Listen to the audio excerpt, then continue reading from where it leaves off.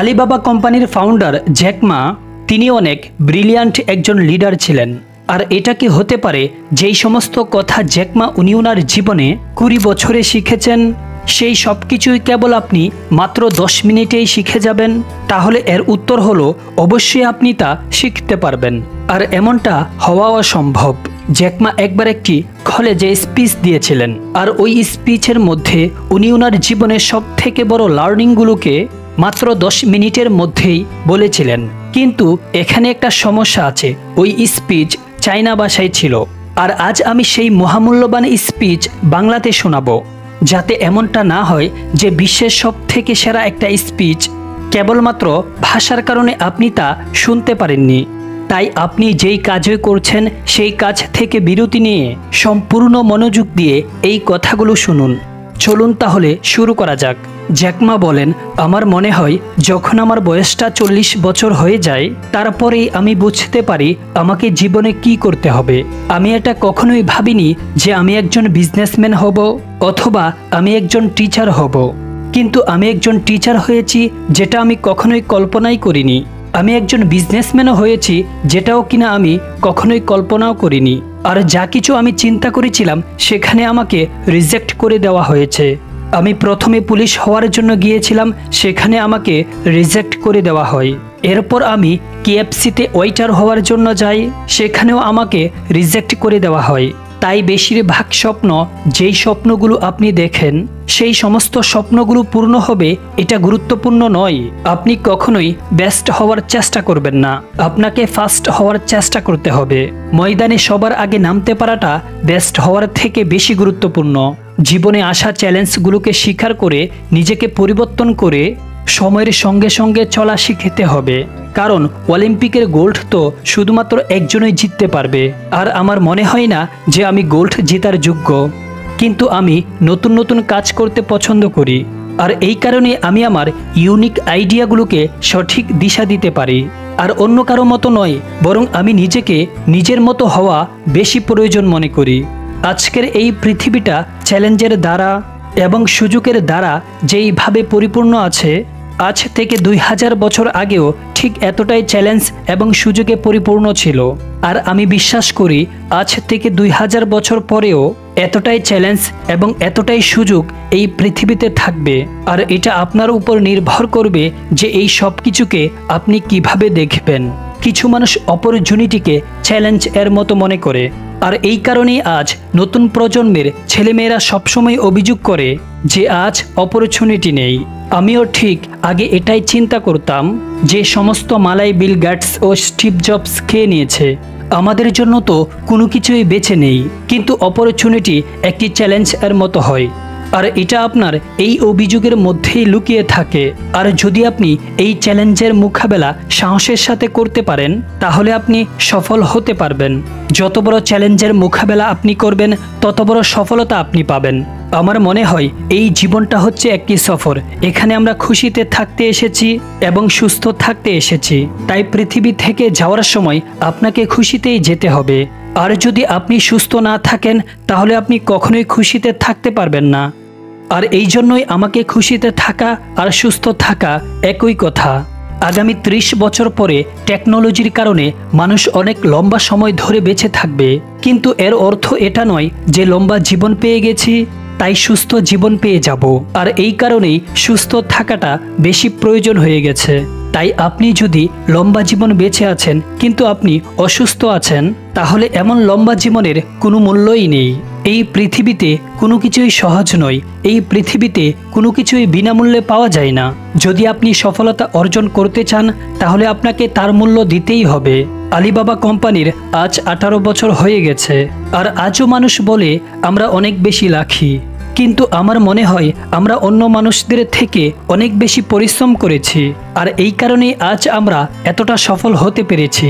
বিগত 1 বছরে আমরা 866 ঘন্টা এরোপ্লেনে ট্রাভেল করেছি। তাই আপনাকে সবার থেকে আলাদা চিন্তা করতে হবে, আপনাকে অন্যের থেকে আলাদা কাজ করতে হবে। আমরা অনেক সময় বোকার মতো সিদ্ধান্ত নিতাম, আর আমরা মনে করতাম আমাদের এই সিদ্ধান্তগুলো অনেক স্মার্ট ছিল। কিন্তু যখন আমরা আমাদের ওই ডিসিশনের উপর কাজ করতাম তখন আমরা বুঝতে পারতাম যে ওই ডিসিশনগুলো খুবই বোকার মতো ছিল। আর ওই বোকার মতো ডিসিশন নেওয়ার কারণেই আমরা অনেক কিছু শিখতে পেরেছি, আর এরপর আমরা আরও নিজেদের ইমপ্রুভ করেছি। আজকের দিনের স্টুডেন্টদের জন্য আমার সব থেকে বড় অ্যাডভাইস হলো, আজকের দিনটা অনেক কঠিন, কালকের দিনটা হয়তো এর থেকেও বেশি কঠিন হবে, কিন্তু তার পরের দিনটা অনেক সুন্দর হবে। আর এমন অনেক মানুষ আছে কালকের ওই কঠিন দিনটা দেখে হার মেনে নেয়। আপনাকে কেবলমাত্র হার্ডওয়ার্ক করে যেতে হবে প্রতিটা খারাপ দিনে, প্রতিটা খারাপ সময়ে। আর এই ট্রেনিংটাই আপনাকে প্রতিদিন নিতে হবে। আপনার গ্র্যাজুয়েট কমপ্লিট হয়ে যাওয়া কেবলমাত্র আপনাকে একটা সার্টিফিকেট দিবে, যার জন্য আপনি টাকা, শ্রম, পরিশ্রম দিয়েছেন। যখন আপনি গ্র্যাজুয়েট কমপ্লিট করে কলেজ থেকে বাইরে বেরিয়ে আসবেন, তখন থেকে আপনার জীবনের আসল পরীক্ষাটা শুরু হবে। আপনি আপনার আগামী ভবিষ্যতের কথা চিন্তা করা ছেড়ে দিন, কারণ যখন আপনি ভবিষ্যতের কথা চিন্তা করবেন, তখন আপনার ভেতরে আত্মবিশ্বাসের অভাব দেখা যাবে, আপনার ভেতরে কল্পনার অভাব দেখা যাবে। আমি দেখেছি আজকাল ছোট বাচ্চাদের মধ্যে ভবিষ্যতের কোনো চিন্তা নেই, আজ বড়দের মধ্যেই ভবিষ্যতের চিন্তা বেশি। আজকাল যুবকদের জন্য ভবিষ্যৎ হলো অনেক বড় একটি সুযোগ, কারণ আজ তাদের কাছে হারানোর মতো তেমন কিছুই নেই। আজ থেকে অনেক বছর আগে এটাই আমি নিজেকে বলতাম, কারণ ওই সময় আমার কাছে হারানোর মতো তেমন কিছুই ছিল না।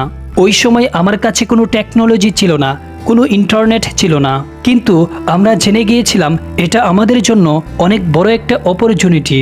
যখন অনেক বড় বড় মানুষ টেকনোলজি এবং ইন্টারনেটের উপর কাজ করতে পছন্দ করতো না, তখন আমরা ইন্টারনেট এবং টেকনোলজির উপর কাজ করা শুরু করেছি।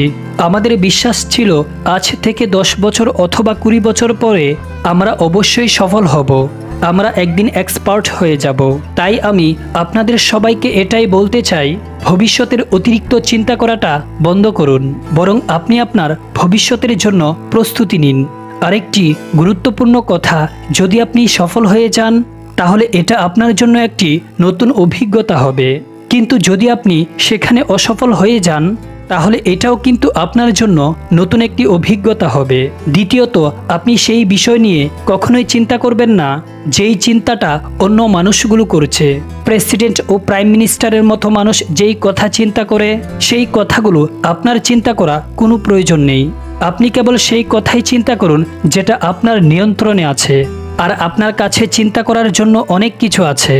আপনি এটা চিন্তা করুন, যখন আপনি গ্র্যাজুয়েট কমপ্লিট করবেন, যখন আপনি কলেজ থেকে পাশ হয়ে বেরিয়ে যাবেন, তখন আপনি আপনার জীবনটা কিভাবে কাটাবেন, আপনি কিভাবে টাকা ইনকাম করবেন, অন্য মানুষকে আপনি কিভাবে সাহায্য করবেন।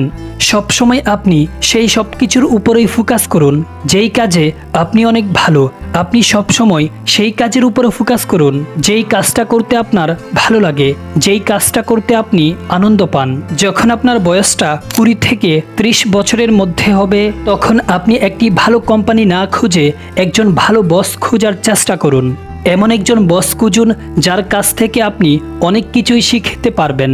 আর যখন আপনার বয়স 30 থেকে 40 বছরের মধ্যে হবে, তখন আপনি ওই কাজটা নিজেই করার চেষ্টা করুন। আর যখন আপনার বয়সটা 40 থেকে 50 বছরে হবে, তখন আপনি এমন কাজ করুন যেই কাজে আপনি অনেক ভালো। আর যখন আপনার বয়স 50 থেকে 60 বছরে হয়ে যাবে, তখন যুবকদের সাহায্য করুন, আপনার থেকে নিচের মানুষদের সাহায্য করুন। আর যখন আপনার বয়স 60 থেকে 70 বছরে হবে, তখন আপনি আপনার পরিবারের সঙ্গে সময় কাটান। যখন আপনি কলেজে পড়াশোনা করবেন, তখন পরবর্তী বিল গেটস হয়ে কলেজ ছাড়ার চিন্তা কখনোই করবেন না, কারণ বিল গেটস হার্ভার্ড ইউনিভার্সিটি ছেড়ে দিয়েছিলেন। তাই আপনিও সেটাই করবেন, এটা গুরুত্বপূর্ণ নয়, কারণ এই পৃথিবীতে কেবলমাত্র একটি বিল গেটস আছে। তাই আপনি নিজের পরিচয় তৈরি করুন, আপনি নিজেকে এমন তৈরি করুন যাতে মানুষ আপনাকে আপনার নামেই চিনতে পারে। তো বন্ধুরা, এই ছিল জ্যাকমার সেই স্পিচ, যেই স্পিচ হাজারো মানুষের জীবন পরিবর্তন করে দিয়েছে। ভিডিওটি ভালো লাগলে অবশ্যই লাইক করবেন। আর আপনি যদি ফাইন্যান্স, বিজনেস, সেলফ ডেভেলপমেন্টের ভিডিও পেতে চান, তাহলে আমাদের চ্যানেলটিকে সাবস্ক্রাইব করে রাখতে পারেন।